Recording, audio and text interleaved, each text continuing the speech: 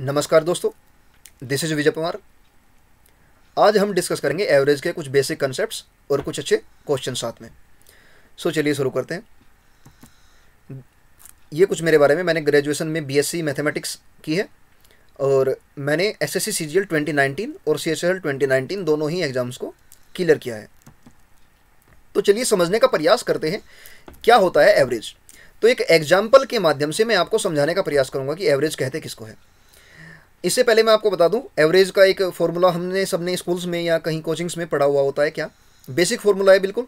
Average basically यानी जितना भी मेरे पास जो डेटा दिया हुआ है उसके जो नंबर्स है उन सभी का sum of all observations upon number of all observation, यानी वो कितने नंबर्स है।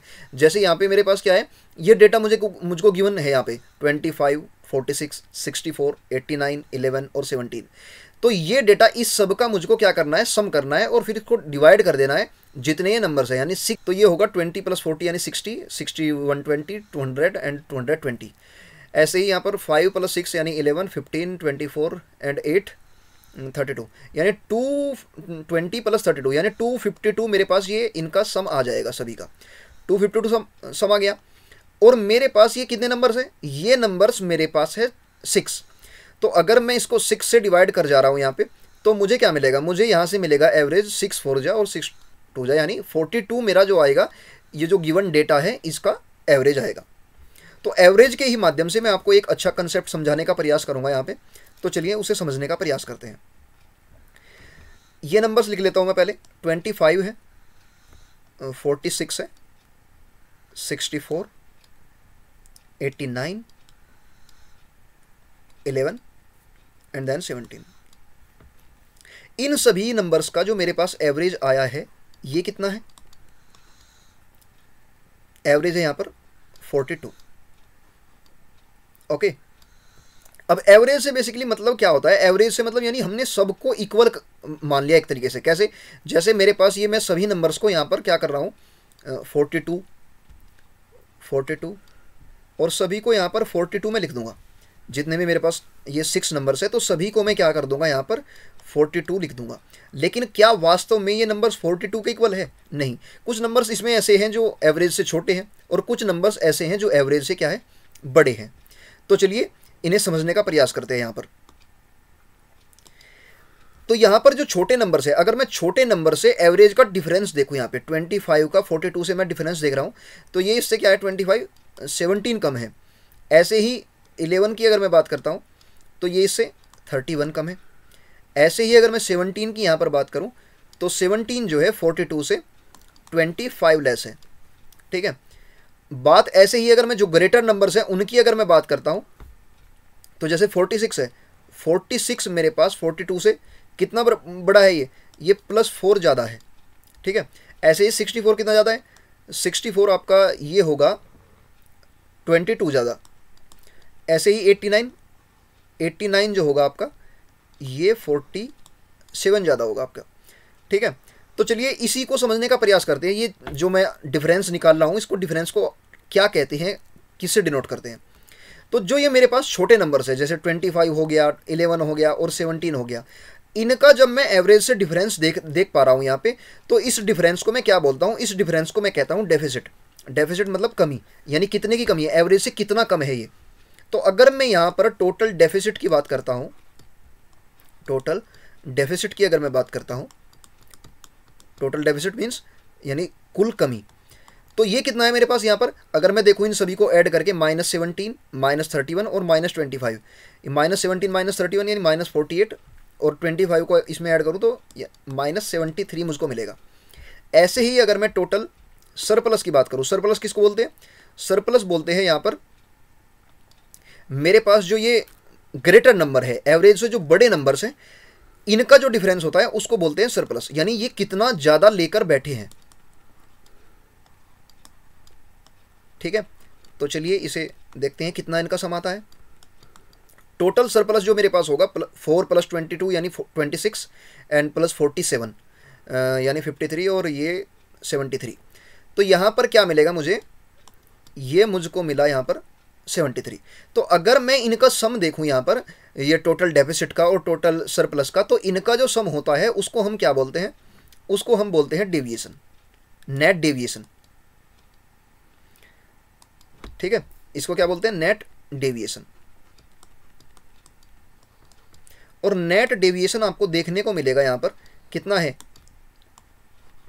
नेट डेविएशन यहां पर है 0, 0 के इक्वल है। ठीक है, तो कहीं भी अगर आप देखोगे एवरेज निकालोगे तो वहां पर टोटल डेफिसिट और टोटल सरप्लस को जो ऐड करके आएगा नेट डेविएशन हमेशा ही आपका 0 मिलेगा आपको। पहली बात आपकी समझने की ये थी। तो चलिए आगे और एक दो कंसेप्ट जानते हैं, फिर कुछ अच्छे क्वेश्चंस करेंगे।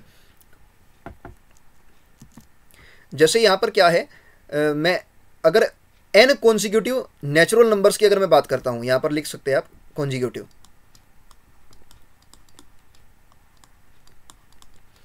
n कॉन्जिक्यूटिव नेचुरल नंबर्स की अगर मैं बात करूं तो मुझे इनका अगर एवरेज निकालना हो तो चलिए देखते हैं ये कैसे वेरी करता है।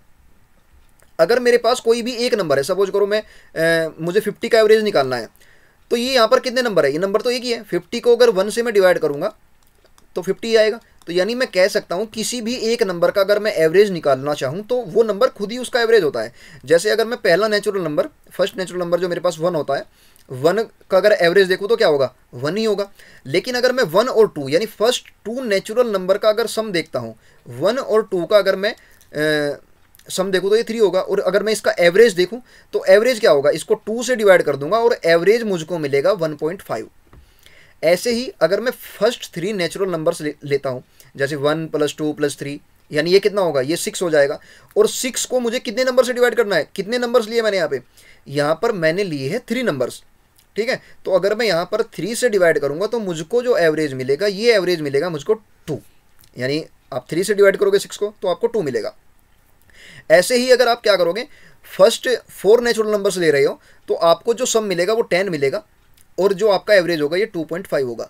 तो यहाँ पर आप एक ऑर्डर देख रहे होंगे कैसा, यहाँ पर 0.5 से इंक्रीज हो रहा है, 1 फिर 1.5, इसके बाद फिर 2 आ गया और फिर 2.5 आ गया, यानी 0.5 का हर जगह क्या है? इंक्रीज है। तो यहाँ से क्या बात समझ आती है, अगर हमारे पास कोई भी कॉन्जिक्यूटिव नेचुरल नंबर्स का सेट दिया हुआ है हमें और वहाँ पर उनका हमको एवरेज पता है, ठीक है, तो हम कह सकते हैं कि अगर इन नंबर्स में हम इससे अगला कोई नेचुरल नंबर ऐड करते हैं, अगर कोई भी अगला नेचुरल नंबर बिल्कुल नेक्स्ट वाला जो होगा, कॉन्जिक्यूटिव इसीलिए बोला है ना, नेक्स्ट अगर कॉन्जिक्यूटिव इसमें नेचुरल नंबर हम ऐड करेंगे तो हमारा जो एवरेज होगा क्या होगा? वो 0.5 से क्या होगा? इंक्रीज हो जाएगा वो। जैसा मैंने यहाँ पे बोला भी है क्या, if we have set of n consecutive natural numbers then with addition of each next consecutive natural number average increases by 0.5। ठीक है, तो यानी जैसे कि मेरे पास अगर मैं बात करूँ आपको, सपोज करो मेरे पास क्या होता है 10 नंबर्स का जो एवरेज अगर मैं निकालूं, फर्स्ट 10 नेचुरल नंबर्स का, फर्स्ट 10 नेचुरल नंबर्स का जो एवरेज निकालूंगा मैं, पहले इन 10 नेचुरल नंबर का क्या निकालूंगा? सम निकालूंगा। अभी इनका जो सम होता है ये क्या होता है? 55 होता है। और फिर 10 से अगर मैं डिवाइड करूं तो इनका जो एवरेज मुझको मिलेगा, ये मुझको मिलेगा यहाँ पर क्या? 5.5 मिलेगा मुझे। ठीक है, तो अगर आप कहने लगो कि आप इसमें नेक्स्ट 3 नंबर ऐड कर रहे हो, मान के चलो आपने इसमें 11 भी ऐड कर दिया, 12 भी और 13 भी, तो आपको 1 से लेके 13 तक आपको जो सम है वो निकालने की आवश्यकता नहीं है। आप देखो कितने नंबर आपने ऐड किए, आपने नंबर यहाँ पर ऐड किए 3, इससे नेक्स्ट 3। ठीक है, अगर आप 3 नंबर ऐड कर रहे हो और आपको यहाँ पर पता है क्या कि भाई जो ये होता है ना, क्या नाम है, एक नंबर अगर ऐड होगा नेक्स्ट वाला तो मेरा जो एवरेज है 0.5 से इंक्रीज करेगा। लेकिन आप कह रहे हो कि आपने तो 3 नंबर ऐड किए, आपने 11 को भी, 12 को भी और 13 को भी, तो आप यहाँ से देखो क्या, 3 की अगर आप 0.5 में मल्टीप्लाई करोगे तो यानी आपका जो इंक्रीज आएगा ये कितने का आएगा? ये आपके पास आएगा 1.5 का इंक्रीज। तो यानी जो आपका जो एवरेज होगा ना फर्स्ट 13 नेचुरल नंबर्स का, फर्स्ट 13 नेचुरल नंबर्स का जो आपका एवरेज आएगा ये आपके पास आ जाएगा कितना? 7। ठीक है, ये आपके पास कितना आ जाएगा? 7 आ जाएगा ये आपके पास। तो चलिए इसी बेस पे एक नेक्स्ट कंसेप्ट को देखते हैं। नेक्स्ट कंसेप्ट क्या है?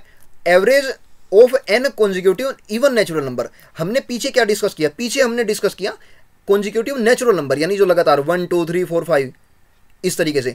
अब कॉन्जिक्यूटिव नेचुरल नंबर्स की, वो इवन नेचुरल नंबर की अगर हम बात करें 2 4 6 8 10 12 14 16 18 इस तरीके से। तो अगर मैं 2 का एवरेज, 2 यानी एक ही नंबर है मेरे पास, 2 का अगर मैं एवरेज देखूँ तो क्या होगा? 2 ही होगा। लेकिन अगर मैं 2 और 4, 2 और 4 दोनों का कंबाइन अगर मैं एवरेज देखूँ तो मुझे एवरेज जो मिलेगा यहाँ पर क्या मिलेगा? 3 मिलेगा। ऐसे ही अगर मैं 2, 4 और 6 का अगर मैं एवरेज देखूं तो 2, 4, 6 हो गया और प्लस 6 अगर ऐड करेंगे यानी 12 का एवरेज, यानी 3 से अगर मैं इसको डिवाइड करूं तो मुझे एवरेज क्या मिलेगा, 4 मिलेगा। ऐसे ही आगे भी आप देख सकते हैं। यहाँ पर पॉइंट क्या है, पॉइंट यहाँ पर ये है कि अगर आप एवरेज देख पा रहे हो, वहाँ पर जो इंक्रीज 0.5 का था नेचुरल नंबर्स में, यहाँ पर इवन नेचुरल नंबर्स में ये जो इंक्रीज है ये +1 का हो गया। समझ आ रही है बात, आप कहीं भी देख लीजिए +1 का। तो यानी अगर आपके पास सपोज करो कि नहीं भी आपके पास कोई भी, मतलब कोई भी अगर आप 10 इवन नेचुरल नंबर है आपके पास, कोई भी 10 इवन नेचुरल नंबर है, ठीक है, तो और उनका जो आप एवरेज देखोगे, अगर उनका एवरेज आपको सपोज करो दे दिया आपके पास यहाँ पर जैसे कि 16 दे दिया, ठीक है, 16 दे दिया, ये किसका है, कोई भी आप मतलब कोई भी 10 इवन कॉन्जिक्यूटिव नंबर्स आपके पास है, कोई भी 10 इवन, स्टार्टिंग से नहीं कह रहा हूँ मैं, आप समझने लगो कि मतलब ये फर्स्ट इवन नेचुरल नंबर्स के लिए ही पॉसिबल होगा। कोई भी 10 इवन नेचुरल नंबर आपने ले लिए और आपको दे दिया कि 10 इवन नेचुरल नंबर्स का जो एवरेज होगा ये क्या होगा, 16 होगा। मैं फॉर एग्जांपल ले रहा हूँ, यहाँ पे डेटा हो भी सकता है इधर उधर, ठीक है, लेकिन एक बेसिक अंडरस्टैंडिंग आपकी डेवलप कर रहा हूँ मैं यहाँ पे। और आपसे कहा गया कि भाई आप इसमें जो नेक्स्ट 2 नंबर्स है, नेक्स्ट 2 इवन नंबर्स अगर आप इसमें ऐड कर दे रहे हो इन 10 इवन नंबर्स में, तो एवरेज पे क्या इम्पैक्ट पड़ेगा। तो यहाँ से आप डायरेक्ट कह सकते हो क्या कि मेरा एवरेज अभी तक 16 था, कितना था, 16 यानी 16 था। अब जो मेरा एवरेज हो जाएगा ना, ये 2 से इंक्रीज हो जाएगा। क्यों, क्योंकि अगर मैं इसमें एक नंबर ऐड कर दा, यानी 10 इवन कॉन्जिक्यूटिव नंबर्स की जगह यहाँ पर 11 इवन कॉन्जिक्यूटिव नंबर्स हो जाते, तो मेरा जो एवरेज होता था वो 1 से इंक्रीज हो जाता, यानी 17 हो जाता।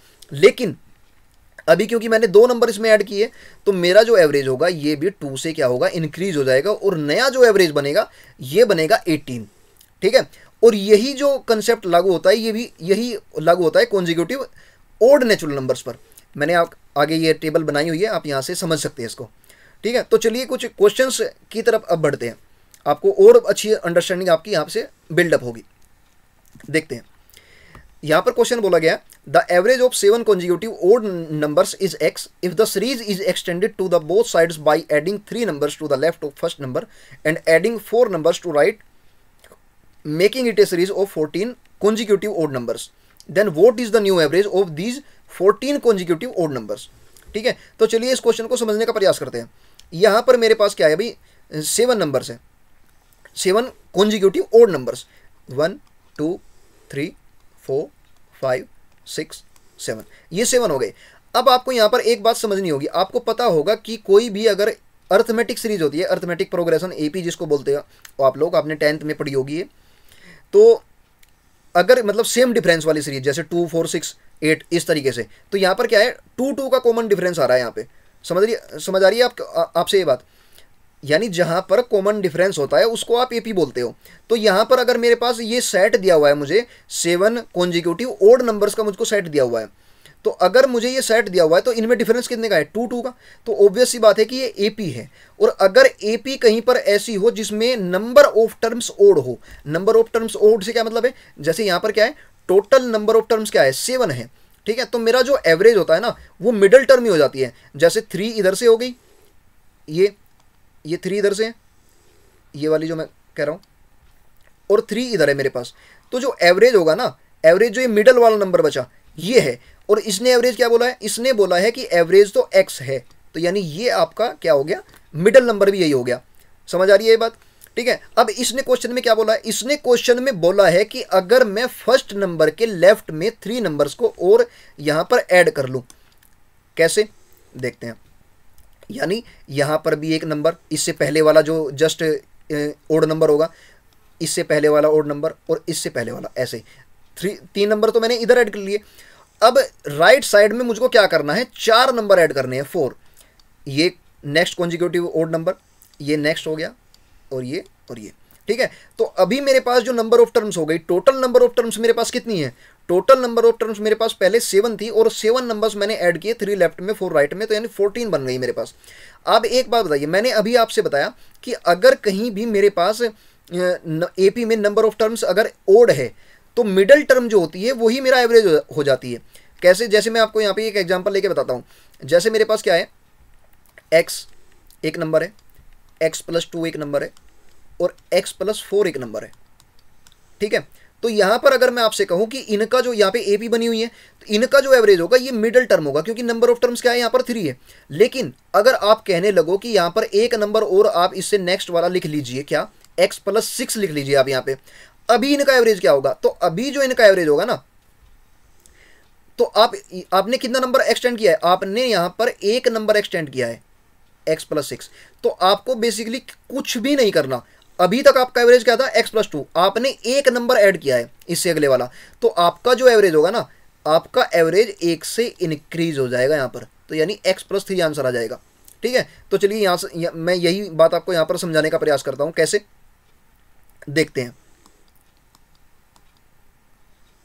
यहाँ पर देखिए आप, अगर आपने 3 नंबर इधर ऐड किए और इधर भी आपने 3 नंबर ही ऐड किए होते 4 की बजाय राइट साइड में भी, तो आपका एवरेज जो होता ना ये x, ये नो चेंज होता, मतलब ये अनचेंज्ड रहता, ये परिवर्तित नहीं होता बिल्कुल भी, क्योंकि आपके पास नंबर ऑफ टर्म्स कितनी है, यहाँ तक आपके पास नंबर ऑफ टर्म्स जो है 13 है, और 13 का जो मिडल टर्म बनेगी वो कौन सी बनेगी, 7th, तो आपका जो मिडल नंबर होगा वही एवरेज हो जाएगा।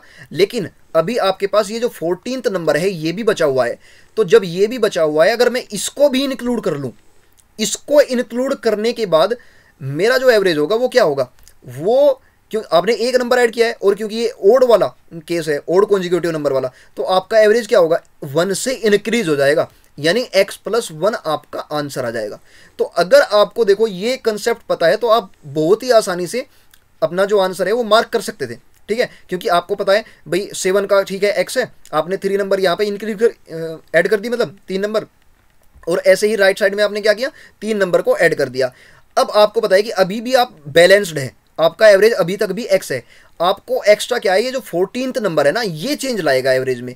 अगर ये, क्योंकि अगर मान के चलो आप ये आपने इधर नंबर 1 ऐड किया और आप इधर भी एक नंबर ऐड कर देते लेफ्ट साइड में भी, ये मान के चलो, ठीक है, तो आपका एवरेज तभी भी x ही रहता। लेकिन आपने यहाँ पर क्या किया कि ये नंबर जो है आपके पास, ये एक्स्ट्रा ऐड किया, तो इसकी वजह से आपका जो एवरेज होगा, क्योंकि यहाँ पर एक सीरीज बनी हुई है AP की, तो आपका जो एवरेज होगा ना वो 1 से इंक्रीज हो जाएगा।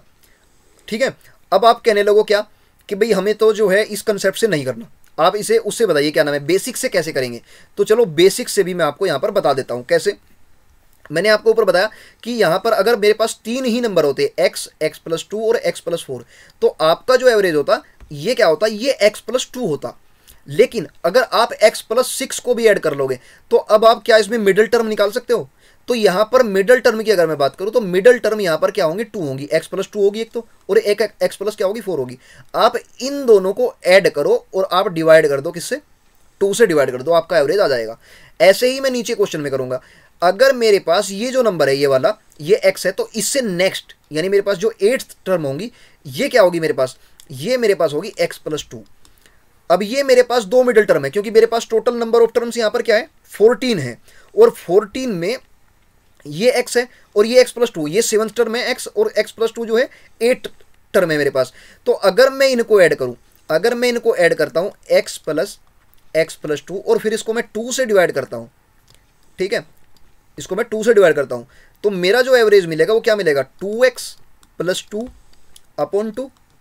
और आप जब इसको 2 से डिवाइड करोगे ना, तो आपका जो एवरेज आएगा ये x+1 ही आ जाएगा। ठीक है, तो क्या आपको इतनी मेहनत करने की आवश्यकता है, मैं कहूँगा बिल्कुल भी नहीं, क्योंकि देखो आपका जो छोटी छोटी चीज़ें होती हैं ना, ये जैसे मैंने ये कंसेप्ट बताया आपको, ये भले ही इन पे डायरेक्ट क्वेश्चन आए, लेकिन कहीं भी किसी भी क्वेश्चन में ये लग सकती है।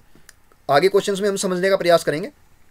ठीक है, तो चलिए नेक्स्ट क्वेश्चन देखते हैं। ये तो आपको समझ आ ही गया होगा, तो यहाँ पर आप आसानी से x+1 अपना आंसर जो है मार्क कर सकते हैं। नेक्स्ट क्वेश्चन है 16 people go to restaurant, 15 out of them spent ₹40 each on dinner, 16th person spent ₹25 more than average all 16 persons, find the total expenditure of dinner.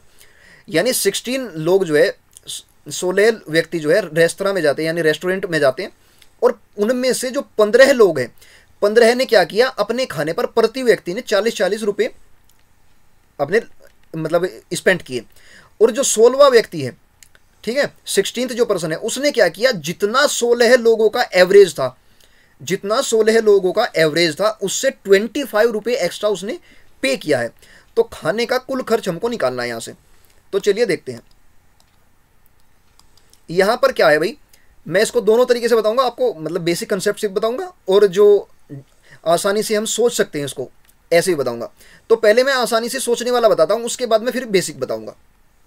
आप यहाँ से एक बात देखिए, क्या आपके पास मान लीजिए क्या कि भाई 16 लोग हैं और 16 लोगों के पास जो है उनका जो एवरेज अगर मैं मानूं उनका एवरेज है x रुपये, ठीक है।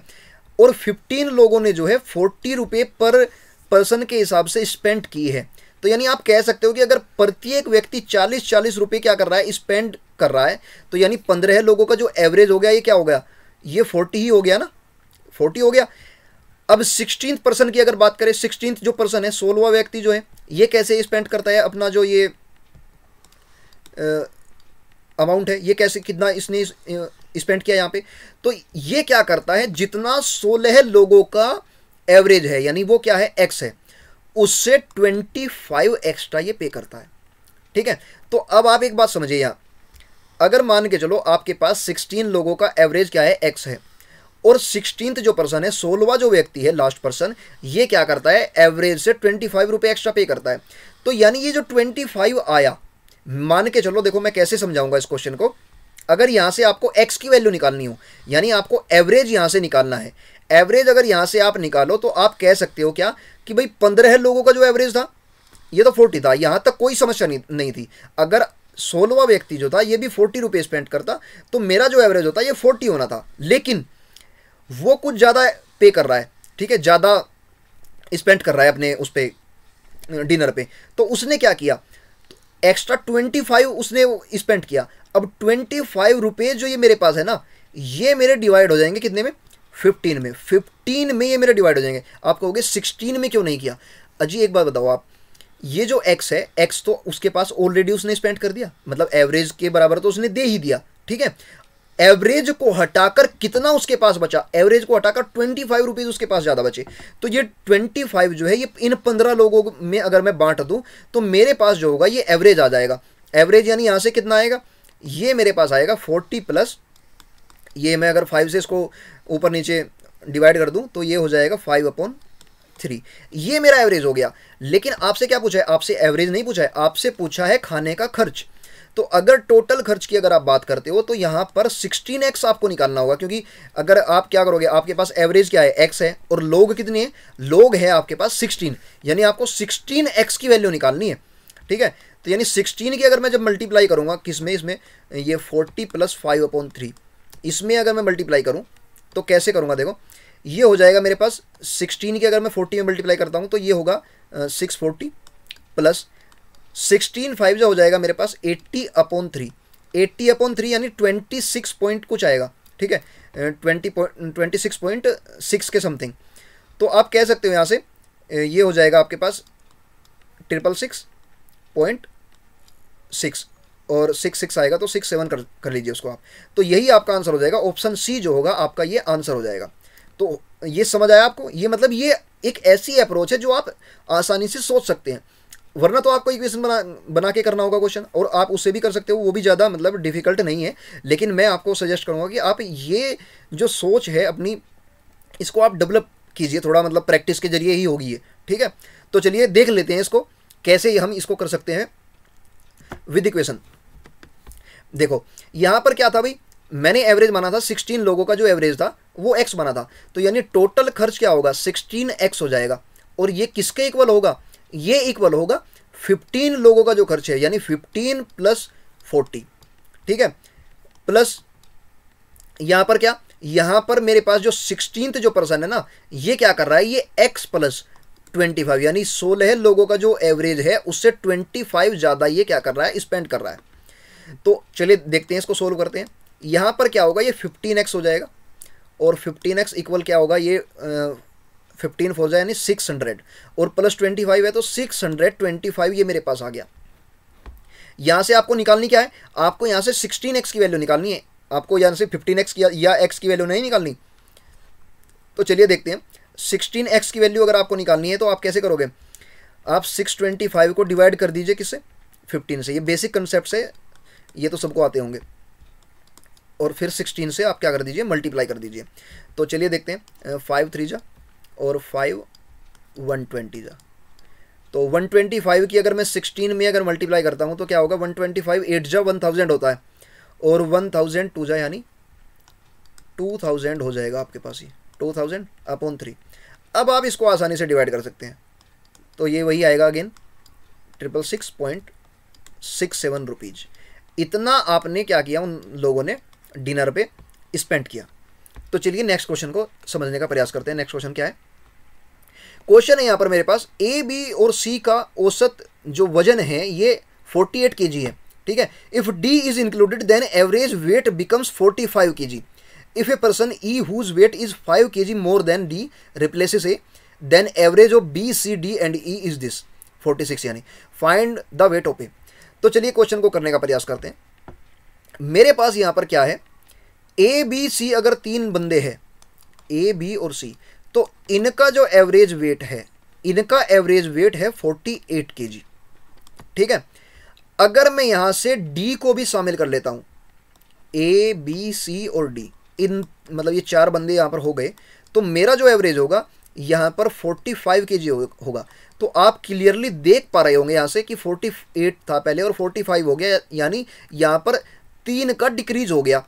अब 3 का डिक्रीज क्यों हुआ है, ये जो 4th पर्सन है डी जो है, डी अगर उतना ही लेकर आता, 48 ही लेकर आता, तो क्या होता, यहाँ पर एवरेज 48 ही हो जाता। लेकिन यानी इसका मतलब ये कुछ कम लेकर आया है, और कम एवरेज का मतलब क्या होता है, एवरेज का मतलब यानी सब जितने भी एलिमेंट्स होते हैं, जितने भी नंबर्स होते हैं, उन सब पर इम्पैक्ट होता है।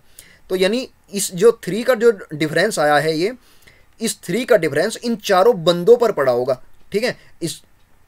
इन 4 बंदों का इसने कम कर दिया, कितना, अब देखते हैं। यहाँ पर 4 बंदे हैं और प्रत्येक का 3 कम हुआ है, तो यानी 4 3 जा 12 कम हुआ है। 12 अगर कम हुआ है तो यानी डी का जो वेट होगा वो क्या होगा, अगर देखो 48 ही लेकर आता तो एवरेज 48 ही रहता, लेकिन वो कितना कम लेकर आया है, जो उसने सबका कम कर दिया, तो यानी वो 3 × 4 कम लेकर आया है, यानी 12 कम लेकर आया है। डी का जो वेट हो गया यहाँ से, डी का वेट यहाँ से होगा कितना, 36 kg। डी का 36 kg वेट होगा यहाँ से।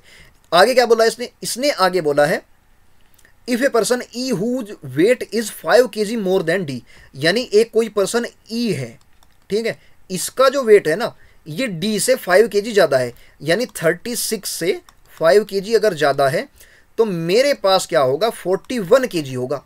अगर 41 kg वेट है, आप समझ रहे हो, अगर 41 kg है। आगे क्या बोला इसने बोला है कि अगर if A person E whose weight is 5 kg more than D replaces A, ये जो ई बंदा है ना ये ए को रिप्लेस कर जा रहा है। अगर ये ए को रिप्लेस करेगा, यानी मेरे पास पहले जो ए बी सी डी थे, अब वो क्या हो गया है, वो बी सी डी और ई, यानी ई ए के स्थान पर ई आ गया। इसने क्या किया, इसने जो वेट है एवरेज वेट, ये इनका जो एवरेज वेट 46 kg हो गया। 46 kg मीन्स यानी 1 kg ज़्यादा हो गया। 1 kg ज़्यादा मतलब यानी मैं कह रहा हूँ यहाँ पर क्या है, ए बी सी और डी, ये यहाँ पर इनका क्या था, इनका 45 kg था। अब यहाँ पर रिप्लेसमेंट हुआ, ए गया और ई आया, और ये बंदा जो है इसने क्या किया, इसने किया ये कि इसने एवरेज वेट जो है एक बढ़ा दिया, एक इंक्रीज कर दिया। अब एक बार बताओ, इंक्रीज कौन करेगा, यानी ये जो ई बंदा है ए से कुछ ज़्यादा लेकर आया है, ई जो है ए से कुछ ज़्यादा लेकर आया है, ठीक है। मतलब अगर ये ई भी उतने का ही होता जितना ए गया है, मुझे नहीं पता ए अभी कितना है, अगर ई उतना ही होता तो क्या फ़र्क पड़ता, कुछ भी फ़र्क नहीं पड़ना था, ठीक है। तो फिर तो ए को ही रहने दो। अब ई क्या लेकर आया है, ए से कुछ ज़्यादा लेकर आया है। कितना ज़्यादा लेकर आया है समझने का प्रयास करते हैं। पहले 45 kg था ए बी सी और डी का, अब बी सी डी और ई यानी इन चारों का 1 kg इंक्रीज हो गया, यानी सभी पे 4 बंदों पे 1 का इम्पैक्ट हुआ है, 1 यानी 1 ज़्यादा हो गया। यानी मैं कह सकता हूँ क्या कि ई जो है वो 4 kg एक्स्ट्रा लेकर आया है, और ई का वेट हमको पता है, ई का वेट तो क्या है 41 kg है, ई का वेट 41 kg है, और ये ए से 4 kg ज़्यादा लेकर आया है, तभी इसने सभी का जो वेट है वो 1 kg बढ़ा दिया, और एवरेज वेट जो है मेरे पास 46 kg हो गया। तो यानी मैं कह सकता हूँ क्या, ए का जो वेट होगा ये क्या होगा, ई से 4 kg ज़्यादा होगा, यानी 41 - 4 होगा। यानी यहाँ से मैं कह सकता हूँ कि ए का जो वेट होगा ना ये 37 kg होगा। कितना होगा? 37 kg। तो आपको समझ आ गया होगा ये, ठीक है। तो ये मेरा जो आंसर होगा ये 37 हो जाएगा, इसका ऑप्शन डी, ठीक है। तो चलिए देखते हैं नेक्स्ट क्वेश्चन। नेक्स्ट क्वेश्चन में क्या करा है ये, average weight of 4 people A B C and D is 62 kg। If E is included then average of A B C D and E is 64 kg। If A is replaced by F then average of B C D and F is 65 kg। Find the average weight of B C D and F. आप यहां से एक बात बताइए, अभी आपके पास क्या है, 4 लोग हैं पहले, ए बी सी और डी।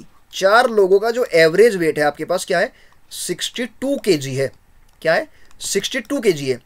अब आप कह रहे हो कि आपके पास ई भी इंक्लूड हो गया। अगर ई भी इंक्लूड हो गया तो यानी ए बी सी डी और ई, इनका जो एवरेज वेट है ना ये 64 kg हो गया। अब 64 kg यानी आपने जो एवरेज पहले 62 था, ये 64 अगर हो रहा है तो यानी 2 से इंक्रीज हो रहा है। अब आप समझने की बात क्या है, समझने की बात यहां से ये है कि अगर मेरे पास जो बंदा ई है, अगर ये ई जो बंदा है ये अगर 62 ही लेकर आता तो क्या कुछ एवरेज पर फर्क पड़ता?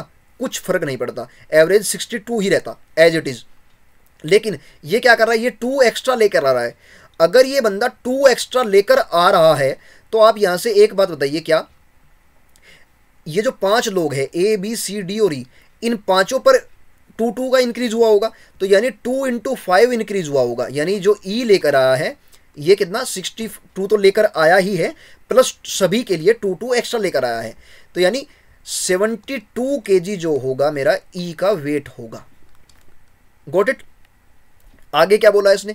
आगे इसने बोला है अगर ए को रिप्लेस कर दे हम एफ से, A is replaced by F, ठीक है, तो बी सी डी ई और F, B C D E और एफ अगर मैं ऐसे कर देता हूं तो मेरे पास जो एवरेज वेट होगा ये 65 kg हो जाएगा। तो आप यहां से एक बात समझिए, अभी क्या आपका जो एवरेज वेट है अभी तक ए बी सी डी ई का, ये क्या है, 64 है।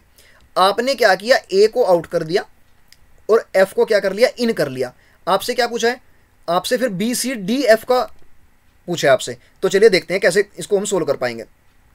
आप यहां पर एक बात बताइए, आपको निकालना क्या है, आपको बी सी डी और एफ आपको निकालना है। तो आप एक बात यहां से बताइए, क्या कि भाई 65 kg है ये।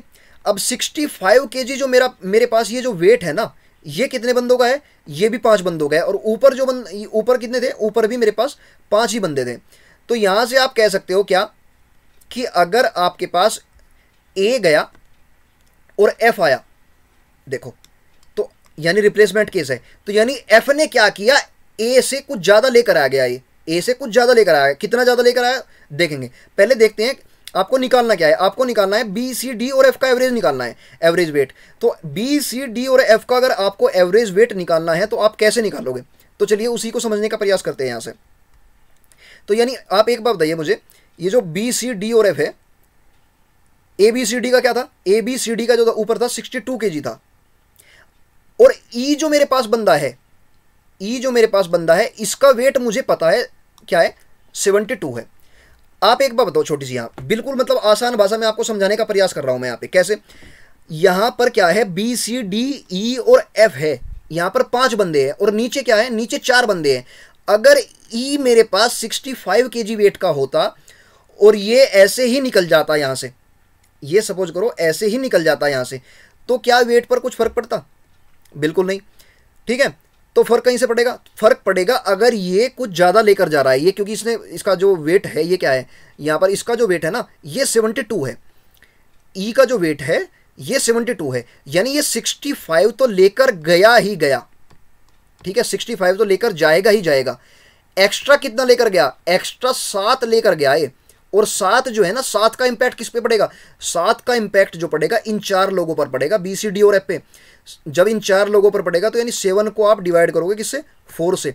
तो यानी आप कह सकते हो क्या, 65 - 7/4, समझ आइए बात, 65 - 7/4। तो यानी आप कह सकते हो क्या कि भाई 4 से आप इसको डिवाइड करो, यानी 65 - ये हो जाएगा आपके पास 4 से 4 बन जा एंड 4 से बन जा 4 5 जा, यानी आप कह सकते हो क्या 62 या 63.25 आपका आंसर हो जाएगा, 63.25 kg। ठीक है, तो ये आपका आंसर होगा 63.25 kg। तो आई होप ये आपको समझ आया होगा। तो ऐसी अंडरस्टैंडिंग आपको बिल्ड करने की आवश्यकता है। यहाँ पर इसने क्या दिया, आप यहाँ पर इसने दिया कि ए गया एफ आ गया, अगर ए के जाने से एफ आ गया तो यहाँ पर वेट क्या है 65 kg है। अब मैं कह सकता हूँ क्या कि मेरे पास 5 बंदों का वेट क्या है 65 kg है। अगर ये जो ई बंदा है अगर ये 65 ही लेकर निकल जाता तो कुछ इंपैक्ट नहीं पड़ना था कुछ भी। ठीक है, लेकिन यहाँ पर ये क्या गया, ये तो 7 और एक्स्ट्रा लेकर चला गया। अब 7 अगर ये एक्स्ट्रा लेकर गया है तो यानी इन बंदों पर जो बी सी डी और एफ है इन पर फर्क पड़ेगा, यानी ये जो है 4 में डिवाइड होगा। तो आपने क्या किया 65 में से 7/4 कर दिया, क्योंकि अगर ये इनसे कुछ छीन कर लेकर जा रहा है, अगर ये इनसे कुछ लेकर जा रहा है तो इनका जो एवरेज होगा वो तो घटेगा ना, वो 65 थोड़े रहेगा फिर। तो वही मैंने किया 65 माइनस 7/4 और आपका जो आंसर आ गया ये 63.25 kg आपका आंसर आ गया। सो चलते हैं नेक्स्ट क्वेश्चन की ओर। नेक्स्ट क्वेश्चन क्या है मेरे पास क्वेश्चन है 3 science classes A, B and C take a test. The average score of class A is 83. The average score of class B is 76. The average score of class C is 85. The average score of class A and B is 79. और ऐसे ही average score of class B and C is 81, then average score of class A B and C. आप एक बार बताइए हमसे क्या कहा गया है यहाँ पे ए बी सी का एवरेज स्कोर निकालने के लिए कहा गया है। तो देखो आप एक बार बताओ, आपको ए का भी एवरेज दे दिया, बी का भी दे दिया, सी का भी दे दिया। ठीक है, आपको अगर ये डेटा दिया हुआ है तो यहाँ से आपको एवरेज निकालना है। आप एवरेज निकाल सकते हो कैसे, वेटेड एवरेज से। वेटेड एवरेज से कैसे, यानी अगर आपको इनकी क्वांटिटी भी दी गई हो, आपको यहाँ पर ये नहीं पता है कि साइंस की जो क्लास ए है उसमें कितने बच्चे हैं, बी में कितने बच्चे हैं, सी में कितने बच्चे हैं, ये तो आपको मालूम नहीं है। अगर ये आपको मालूम नहीं है तो आपको यहाँ पर क्वांटिटी रेशियो पहले निकालना होगा। क्वांटिटी रेशियो कैसे निकालेंगे, तो चलिए यही समझने का प्रयास करते हैं। कैसे, यहाँ पर मैं एलिगेशन का यूज करूँगा थोड़ा। कैसे, देखो यहाँ पे ए का जो एवरेज है यहाँ पर क्या है ए और बी। ए का जो एवरेज है, एवरेज स्कोर ये 83 है और बी का जो एवरेज स्कोर है ये है 76, और इनका कंबाइन ए और बी का कंबाइन जो एवरेज स्कोर है ये 79 है। तो यानी यहां पर मैं क्या करूंगा 79 रखूंगा बीच में। ठीक है, अब आपको सभी को एलिगेशन लगाना आता होगा, नहीं आता होगा तो भी मैं जब एलिगेशन की क्लास कराऊंगा तो उसमें आपको ये सारा बिल्कुल बेसिक से एक एक बात बताऊंगा, बिल्कुल क्रिस्टल क्लियर हो जाएगा आपके ये। तो चलिए देखते हैं, यहाँ पर इनका जो डिफरेंस होता है, इनका पॉजिटिव डिफरेंस यहाँ पर आएगा। 79 में से 76 को अगर माइनस करूँ तो यहाँ पर मुझे मिलेगा 3, और यहाँ पर क्या मिलेगा 83 में से 79 को माइनस करूँ तो यहाँ पर मिलेगा 4। यानी ए और बी का जो क्वांटिटी रेशियो है ये क्या है 3:4 है। ऐसे ही अगर मैं बी और सी में लगाऊँ एवरेज, तो बी का तो क्या है, बी का तो आपको पता है 76 ही है। सी का जो स्कोर है, सी का स्कोर एवरेज स्कोर 85 है। ठीक है, और बी और सी का अगर कंबाइन देखो तो ये क्या है, ये 81 है। ठीक है, 81 आ गया। अब आप इनका पॉजिटिव डिफरेंस यहाँ पर देख सकते हो। इनका जो पॉजिटिव डिफरेंस होगा यहाँ पर ये क्या होगा, यहाँ पर ये 4 है और ये क्या है, ये आपका है 5। तो यानी आप कह सकते हो क्या ए बी और सी इनका जो क्वांटिटी रेशियो जो है आपके पास, देखो यहाँ पर बी का यहाँ पर भी 4 है तो यहाँ पर भी 4 है, यानी पहले से इक्वल है, आपको इक्वल भी करने की आवश्यकता नहीं पड़ी। तो यानी 3:4 रेशियो यहाँ पर क्या आ गया मेरे पास 5 आ गया। ठीक है, तो यानी आप वेटेड एवरेज के माध्यम से आप निकाल सकते हो। कैसे, देखो एवरेज अगर आप निकालो कैसे निकालोगे, वेटेड एवरेज कहते किसको है, चलिए देखते हैं। मेरे पास क्वांटिटी क्या है, ए की क्वांटिटी है 3 और ए का जो एवरेज है ये है यहाँ पर 83। ठीक है भाई, मेरे पास क्या होता है एवरेज कैसे निकलते हैं, एवरेज निकालते हैं सभी का सम और अपॉन जितने स्टूडेंट्स है वो। तो यहाँ पर क्या है 3 बंदे अगर मेरे पास एक क्लास में हो और उनका सम क्या होगा, कैसे निकालूंगा 83 में मल्टीप्लाई करेंगे क्योंकि उनका जो एवरेज है 83 है। ऐसे ही 4 बंदों का निकालूंगा 76 में मल्टीप्लाई करके, 4 × 76 बी का आ गया ये सम। सी का सम क्या होगा, सी का जो सम होगा 5 × हो जाएगा ये 85। ओके, और अब आप डिवाइड कर दोगे किससे, टोटल नंबर्स ऑफ जो स्टूडेंट्स है, यानी 3 + 4 + 5, यानी ये आपको देगा यहाँ पर 12। देखते हैं कैसे। अब यहाँ पर आपके पास क्या होगा, 3 3 जा 9, 3 8 जा 24, यानी 249, प्लस यहाँ पर क्या होगा 75 4 जा 300 होता है, तो यानी ये 304 हो जाएगा, प्लस आगे क्या होगा 85 जा यानी 400, और 400 क्या हो जाएगा, ये 25 हो जाएगा। ठीक है, अब आप क्या करोगे, इनका सम निकालो और 12 से क्या कर दो, आप डिवाइड कर दो। नेक्स्ट स्लाइड भी बाकी है, चलो उस पर ही कर लेते हैं। ये 249 यानी 200 + 300 यानी और 400, यानी 235 और 4 9, 900 आपके पास बना, 900 और ये 53 + 25 यानी 978। क्या बना आपके पास, आपके पास जो टोटल बना ये बना आपके पास 978 अपॉन 12। 12 से आपको डिवाइड करना है यहाँ पे, तो चलिए करते हैं। 12 8 जा, 12 1 जा और 12 5 जा, यानी 81.5 जो होगा ना, ये आपका आंसर हो जाएगा, यानी ऑप्शन जो ए होगा this will be correct answer. ठीक है, I hope you got some understanding from here. तो चलिए चलते हैं नेक्स्ट क्वेश्चन की ओर। नेक्स्ट क्वेश्चन क्या कह रहा है, नेक्स्ट क्वेश्चन कह रहा है 18 संख्याओं का औसत 43.5 है। ठीक है, इनमें 6 संख्याओं का जो 6 संख्याएं जो है जिनका औसत x है उनको जोड़ा जाता है, तो सभी संख्याओं का औसत जो है 1 बढ़ जाता है। x का मान निकालना है। अभी एक बार बताओ आप मुझे, अगर मेरे पास 18 जो संख्याएं हैं, 18 जो नंबर्स हैं, इनका जो एवरेज है ये क्या है 43.5 है। ठीक है, अगर मेरे पास जो 6 नंबर हैं, मैंने कोई 6 नंबर उठाए और जिनका एवरेज क्या था x था, मैंने इनको क्या कर दिया, इनमें जोड़ दिया, यानी मेरे पास अभी 24 का डेटा है हो जाएगा, और 24 का जो एवरेज होगा, ये 24 का जो एवरेज होगा ना, ये क्या होगा, एक बढ़ जाएगा, एक बढ़ेगा, यानी 44 पॉइंट क्या हो जाएगा 5 हो जाएगा। तो x का मान हमसे पूछा गया है। अब x, अब एक बार बताओ मुझे, क्या अगर ये 6 संख्या मैंने जोड़ रहा हूँ, इनमें 6 संख्या अगर जोड़ रहा हूँ, तो ये कुछ एक्स्ट्रा लेकर आई होंगी, तभी तो मेरा एवरेज जो हो गया 1 से इंक्रीज हो गया। ठीक है, ये कितना एक्स्ट्रा लेकर आई होंगी, चलिए देखते हैं। आप एक बार बताइए, अगर 18 संख्याओं का जो एवरेज है ये क्या है 43.5 है। अब मैं x का निकालने का यहाँ से प्रयास करता हूँ। x, अगर x की वैल्यू क्या होती, मतलब इन सभी 6 संख्याएं जो है, इन 6 नंबर्स का जो एवरेज होता ये 43.5 ही होता। क्या होता, 43.5 ही होता। तो क्या एवरेज पर कोई फर्क पड़ता, बिल्कुल नहीं पड़ता। ठीक है, लेकिन ये क्या है, कुछ ज़्यादा है तभी इन्होंने इंक्रीज किया है। कितनी ज़्यादा है, आप एक बार बताइए मुझे। इन्होंने क्या किया है, 18 संख्याएं पहले से थी, 6 संख्या ये खुद है, तो इन्होंने 24 नंबर्स का 1 1 से इंक्रीज किया है। तो 24 × 1, एक का इंक्रीज किया है 24 में, और संख्याएं कितनी है, ये 6 संख्या है, क्योंकि लेकर जो अल्टीमेटली आई है ये 6 संख्या ही, तो ये कुछ एक्स्ट्रा लेकर आई है। तो आप क्या कर दो, 6 से डिवाइड कर दो, तो 43.5 प्लस आप डिवाइड करोगे तो आपको क्या मिलेगा 4, यानी जो x की जो वैल्यू होगी ना ये 47.5 होगी। क्या होगी, 47.5 होगी। तो ऐसे अपना आंसर आप मार्क कर सकते हैं। आप यहाँ पर थोड़ा रेशियो मेथड से भी आप इसको कर सकते थे। अगर देखो मैं बताता हूँ कैसे, यहाँ पर देखते हैं, मेरे पास क्या है 18 संख्याएं हैं, यहाँ पर 6 संख्याएं हैं, और यहाँ पर दोनों अगर मिलाऊं तो 24 हो जाएंगे यहाँ पे। तो इनका अगर मैं एवरेज देखूँ तो इनका एवरेज क्या है, ये 3 है, मतलब अगर मैं 6 से डिवाइड करता हूँ 3 1 और 4। अब ये जो है ना 3, ये जो 3 नंबर है, इनका जो एवरेज है, इनका एवरेज 43.5 है, और ये जो 1 है इसका एवरेज क्या है भाई, इसका एवरेज है x। ठीक है, आपको क्या दिया हुआ है, इसका दिया हुआ है, इसका यानी एक इंक्रीज हो जाएगा 44.5 हो जाएगा। तो आपको क्या करना है, आपको x की वैल्यू निकालनी है। तो x की वैल्यू क्या करोगे, अगेन मैं वही बात दोहराऊंगा यहाँ पे, क्या कि अगर ये 43.5 ही होता तो एवरेज पर कोई भी फर्क नहीं पड़ता, लेकिन इसने क्या किया है, ये कुछ ज़्यादा लेकर आया है।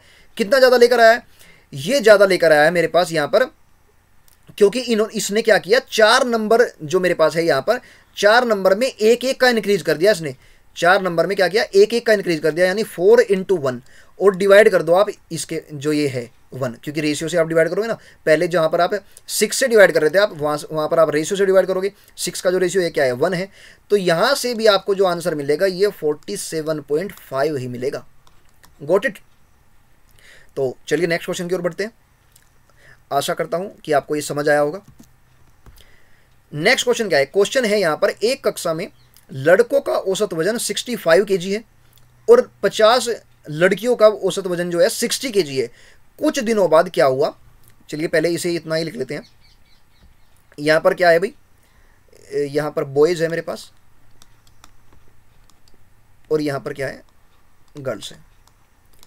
तो बॉयज़ कितने हैं मेरे पास यहाँ पर 40 यानी 40 लड़के हैं और 50 लड़कियां हैं, और 40 लड़कियों का जो वजन है एवरेज है, यहाँ पर मैं एवरेज लिख रहा हूँ, और ये क्या है, इनकी क्वांटिटी है, यानी ये कितने हैं।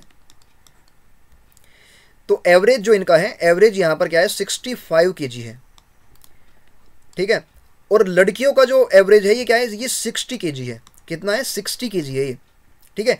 कुछ दिनों बाद क्या हुआ, कुछ दिनों बाद हुआ ये कि क्लास में से 40% लड़कियां और 50% लड़के कक्षा छोड़ गए। अगर 50% लड़के कक्षा छोड़ के जाएंगे, आप एक बार बताइए मुझे, तो यानी इसका आधा ही रह जाएंगे, यानी यहाँ पर 20 लड़के अभी रह गए, ठीक है। लड़कियां कितनी गई है, लड़कियां यहाँ से गई है कितनी, 40%। तो लड़कियां अगर 40% जाएंगी, 50 का अगर 40% में माइनस करूँ तो यानी 20 लड़कियां भी चली गई। तो यानी कितनी बची लड़कियां यहाँ पर 30 लड़कियां बची, 30 लड़कियां बची, ठीक है। तो अभी मुझे क्या करना है, क्लास का न्यू एवरेज निकालना है, ठीक है। यानी कितना एवरेज अभी हो गया इनका, और दिया हुआ है क्या कि लड़के और लड़कियों का औसत वजन जो है पूरे समय स्थिर है। तो यहाँ से आप एक बात बताइए छोटी सी, अगर यहाँ से भी रेशियो निकाल लो तो कोई प्रॉब्लम तो नहीं है। यहाँ पर जो इनका रेशियो बनेगा फाइनली, ये क्या बनेगा, 2 रेशियो क्या बनेगा, 3 बनेगा लड़के और लड़कियों का। तो चलिए अब एवरेज निकालते हैं इनका, एवरेज वेट।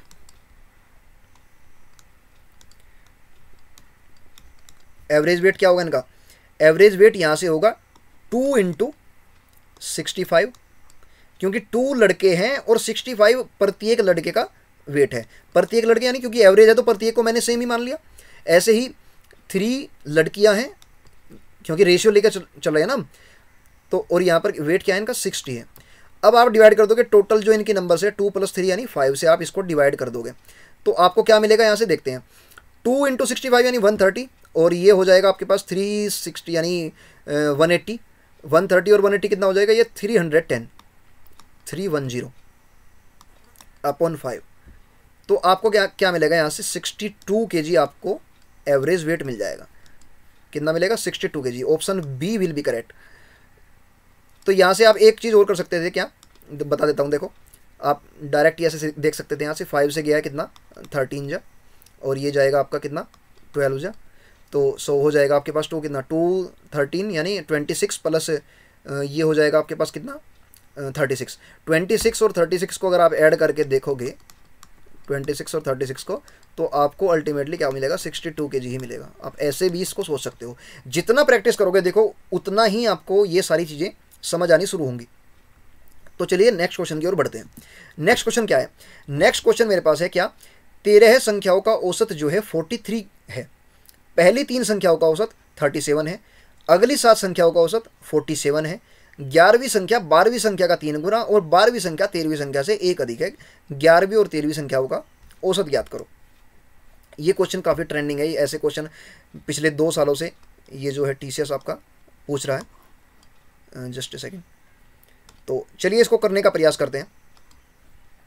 मेरे पास जो 13 नंबर्स जो है, 13 संख्याएं जो है, 13 नंबर्स का जो मेरे पास एवरेज है ये कितना है, 13 नंबर्स का एवरेज जो है ना ये 43 है।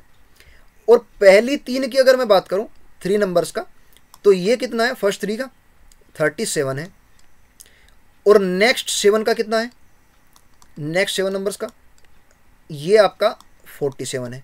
ठीक है, तो 11वीं संख्या का चलो खैर इसे बाद में देखेंगे।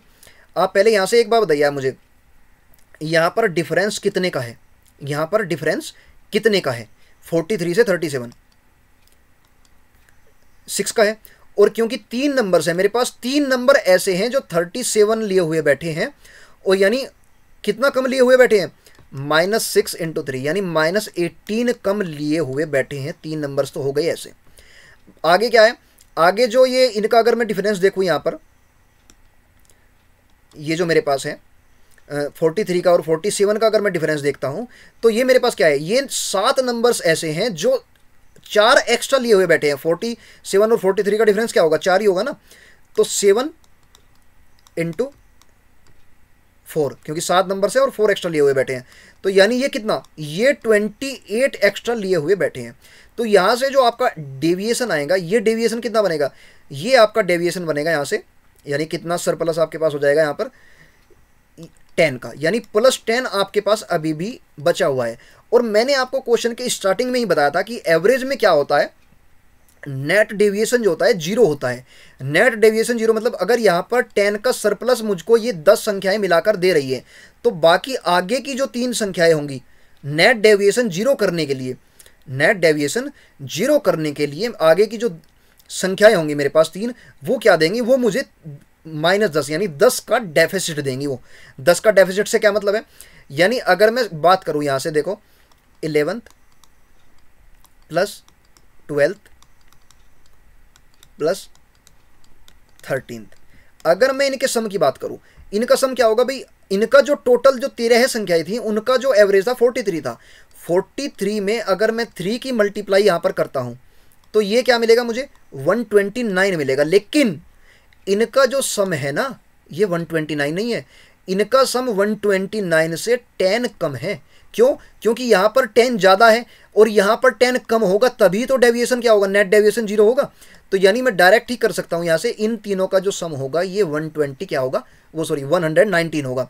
119, जस्ट सेकंड, 119 अगर ये होगा, तो आप एक बात बताइए मुझे यहां से, क्या इसने कंडीशन दी हुई है, कंडीशन क्या दी हुई है, 11th नंबर, 12th नंबर और 13th नंबर। 11th नंबर जो है मैं यहाँ पे लिख ले रहा हूँ, क्या, just a second, let me change the colour. So 11th number जो है 12th नंबर का क्या है, 3 गुना है। अगर 12th नंबर को मैं मान रहा हूँ कि भाई ये x है मेरे पास 12th, और ये क्या है 11th नंबर क्या होगा, ये 3x हो जाएगा, 3 गुना है। आगे क्या बोला इसने, और 12वीं जो संख्या है, 12th जो नंबर है ये x है, ये क्या है 13वीं संख्या से 1 अधिक है, यानी 13वीं संख्या क्या होगी, इससे 1 कम होगी। तो यानी कह सकता हूं क्या कि 3x + x + x - 1 जो होगा 119 के इक्वल होगा, यानी 3x + x यानी 5x - 1 जो होगा ना मेरे पास, ये हो जाएगा कितना, 119 के इक्वल। यानी यहाँ से x की जो वैल्यू आप निकालोगे, x की वैल्यू यहाँ से 5x = 120, x की वैल्यू यहाँ से आ जाएगी 24। ठीक है, क्या पूछा गया आपसे, आपसे पूछा गया है 11वीं और 13वीं संख्या का आप क्या निकालो, एवरेज निकालो। 11वीं संख्या क्या है, 11वीं संख्या है ये 3x, तो 11वीं जो संख्या होगी ये होगी आपके पास 72, क्योंकि 3 × 24 होगा, प्लस ये जो संख्या होगी आपके पास 13वीं, ये क्या होगी 24 - 1 यानी 23। और इनका आपसे क्या पूछा है, इनका आपसे पूछा गया है एवरेज, तो आप 2 से डिवाइड कर दोगे, क्योंकि आपके पास 2 नंबर है और जितनी नंबर होते हैं उससे ही आप क्या करते हो, डिवाइड करते हो एवरेज निकालने के लिए। मैंने ये बात स्टार्टिंग में ही बताई थी। तो 72 + 23 क्या होगा, यहाँ पर आपके पास ये मिलेगा आपके पास 95 आपको मिलेगा। 95 यानी आप यहाँ से कह सकते हो कि 47.5 जो होगा ये आपका आंसर हो जाएगा। ठीक है, तो ये आपका बी जो होगा ये करेक्ट आंसर होगा आपका। तो चलिए नेक्स्ट क्वेश्चन की ओर मूव करते हैं। नेक्स्ट क्वेश्चन क्या है, यहां पर मुझे दिया हुआ है क्या, एक दंपति की औसत आयु 24 वर्ष थी, उनमें पहली और दूसरी संतान जुड़वा का जन्म होने के बाद परिवार की औसत आयु 13.5 वर्ष थी। तीसरी संतान के जन्म के ठीक बाद परिवार की औसत आयु 13.2 वर्ष थी तथा चौथी संतान के जन्म के बाद परिवार की औसत आयु 16 वर्ष थी। यदि परिवार की वर्तमान औसत आयु 19 वर्ष यानी 19 वर्ष है, तो जुड़वा बच्चों की वर्तमान आयु ज्ञात करो। तो चलिए क्वेश्चन को समझते हैं और करने का क्या करते हैं, प्रयास करते हैं। नेक्स्ट स्लाइड पे करेंगे इसको। एक दंपति की औसत आयु क्या है यहाँ पर 24 ईयर्स है। तो 24 ईयर्स। आप एक बार बताइए मुझे, यहाँ पर दो बंदे हैं मेरे पास, दो बंदे कौन से, हस्बैंड है और वाइफ है। इनकी जो एज है ना, एवरेज एज, ये क्या है 24 ईयर्स है, 24 ईयर्स। आगे क्या बोला, आगे इसने बोला है उनकी पहली और दूसरी संतान दोनों यानी जुड़वा है, तो इस इनके बाद क्या हुआ, 13.5 वर्ष हो गई, यानी 13.5 हो गई। अभी क्या है, हस्बैंड है, वाइफ है, और एक मैं बच्चा मान लेता हूं, यहां पर ए नाम है उसका और दूसरे का नाम क्या है, बी है। अब इन चार बंदों का जो एवरेज है एज का, ये 13.5 ईयर्स है। ठीक है, तो आगे क्या बोला है, आप एक बार बताइए मुझे। यहां से अगर यहां से मैं इनका सम निकालूं तो सम कितना होगा, यहां पर सम होगा जी ये 48 हो जाएगा दो बंदों का। तो यहां पर चार बंदों का क्या होगा, इनका जो एज का सम 13.5 की, क्योंकि 4 बंदों का एवरेज है, तो 4 से अगर मैं इसमें मल्टीप्लाई करूं तो 13 4 जा 52 और 54 हो जाएगा यहाँ पर। आप एक बार बताइए यहाँ पर कितने का इंक्रीज हुआ है, यहाँ पर कितने का इंक्रीज हुआ है, यहाँ पर 6 साल का इंक्रीज हुआ है। 6 साल का इंक्रीज होने का मतलब यानी ये जो दो बंदे हैं ना, क्या नाम है, ये हस्बैंड है और वाइफ है, इन दोनों की जो एज है ये 3 से इंक्रीज हुई है। ठीक है, तो यानी मैं कह सकता हूं कि ये जो समय है ये 3 साल बाद का समय है, 3 साल बाद का समय है ये। ठीक है, क्योंकि दोनों की एज में 3 का इंक्रीज हुआ होगा, तभी तो टोटल 6 इंक्रीज हुआ होगा। आगे देखते हैं, आगे इसने बोला है क्या, तीसरी संतान के जन्म के ठीक बाद परिवार की औसत आयु जो होगी 13.2 वर्ष थी। ठीक है, यानी अभी तीसरी संतान भी आ गई। देखते हैं, ये पति है, पत्नी और इनके बच्चे ए, बी और सी। और अभी एक बात और आपको बताऊंगा मैं इसमें क्या, अब जब इनका अभी जन्म हुआ था इसकी यहाँ पर 0 थी इनकी एज। ठीक है, क्योंकि जन्म के समय का एवरेज दिया है मुझे, अगर इनकी 0 यहाँ पर थी तो यहाँ पर तो देखेंगे इसने एवरेज क्या दिया है, यहाँ पर इसने एवरेज दिया है इन तीनों का 13.2 ईयर्स, तीनों नहीं सॉरी पांचों का, क्योंकि दो क्या है, ये है हस्बैंड वाइफ और 3 बच्चे हैं, पांचों का जो एवरेज है ये क्या है 13.2 ईयर्स है। अगर मैं इनका सभी का सम निकालूं, सम कैसे निकालूंगा, 5 से मल्टीप्लाई करके, यानी 13 5 जा 65 और 66, यहां पर क्या हो गया 66 ईयर्स। ठीक है, तो यहां से यहां का कितना इंक्रीज है, यहां से यहां का इंक्रीज जो है ना ये है आपका 12 का, 12 का। 4 बंदे थे आपके पास और 4 बंदों का टोटल जो इंक्रीज है ये 12 का है। अगर 4 का 12 का है तो एक का कितने होगा 3 का होगा ना, तो यानी ये जो सिचुएशन है ये भी 3 साल बाद की होगी। और यहाँ पर सी जो बंदा है, ये जो सी है ना, इसका जो एज होगी इसकी तो 0 ही है ना, क्योंकि ये तो अभी पैदा ही हुआ है जस्ट। ठीक है, तो ये जो कंडीशन है ये 3 साल बाद की है पहली सिचुएशन से। ठीक है, अभी क्या बोला इसने आगे इसने बोला है क्या कि चौथी संतान हुई, फिर चौथी संतान के बाद परिवार की औसत आयु 16 ईयर्स, कितने 16 ईयर्स। तो देख लेते हैं, चलो अगेन ये husband wife A B C and D, इनका जो अभी एवरेज है ये क्या है 16 ईयर्स है भाई। और बंदे कितने हो गए यहाँ पर बंदे हो गए कितने 6 बंदे, और 6 बंदों का अगर मैं सम निकालूं, ये सम इस साइड में लिख रहा हूं, ये 96 हो जाएगा, 96 ईयर्स, 96 ईयर्स। ठीक है, अभी आप एक बार बताइए यहां से कितना गैप है, ये 66 से 96 आने में कितना आप बढ़े, आपने यहां पर बढ़ाया 30 ईयर्स, 30 ईयर्स। ठीक है, अभी एक बात बताओ आप, यहां पर आपके पास क्या थे 5 बंदे थे और 5 बंदों ने क्या किया 30 का इंक्रीज गेन किया। 30 का इंक्रीज गेन करने का मतलब है यहां पर कि आपने क्या किया, आपने 6 का गेन किया है, यानी +6 आपके पास यहां पर क्या हो गया ये। तो यानी प्लस यानी 6 साल बाद की कंडीशन है ये। आपसे पूछा क्या गया है, आपसे पूछा गया है यहां से जुड़वा बच्चों की वर्तमान आयु बताओ। जुड़वा बच्चों की वर्तमान आयु चले देखते हैं। ऐसे भी जुड़वा जो बच्चे हैं ना मेरे पास, ए और बी ही तो है। अभी बच्चे कहाँ पैदा हुए, ये इस कंडीशन पे, ये जो मैं यहाँ पर ये जो कर्सर है ये घुमा रहा हूँ। ठीक है, तो ये यहाँ पर इनका जो एज थी, मतलब यहाँ पर ये पैदा हुए थे, अब इनकी एज मुझको निकालनी है, तो चलिए इनकी एज निकालते हैं। इसने आगे एक कंडीशन और दी है क्या, परिवार की अभी फिलहाल की वर्तमान आयु क्या है 19 है। अभी जो ये 6 बंदे हैं, ये जो 6 बंदे हैं ना, इनकी जो एवरेज है वो प्रेजेंट एज है, present average age, present average age, ये क्या है, ये है यहाँ पर 19 ईयर्स। 19 ईयर्स अगर भाई ये होगी तो यहाँ पर क्या होगा, 6 बंदे हैं अभी भी, तो 19 6 114 ईयर्स। ठीक है, यहाँ से यहाँ तक आने में कितना इंक्रीज़ हुआ, यहाँ से यहाँ तक आने में इंक्रीज़ हुआ जी आपका 4 14 यानी 18 का इंक्रीज़ हुआ। 18 का अगर इंक्रीज़ हो रहा है तो यानी यहाँ से 6 बंदों का अगर टोटल इंक्रीज़ क्या है 18 है, तो एक का क्या होगा 3 होगा ना।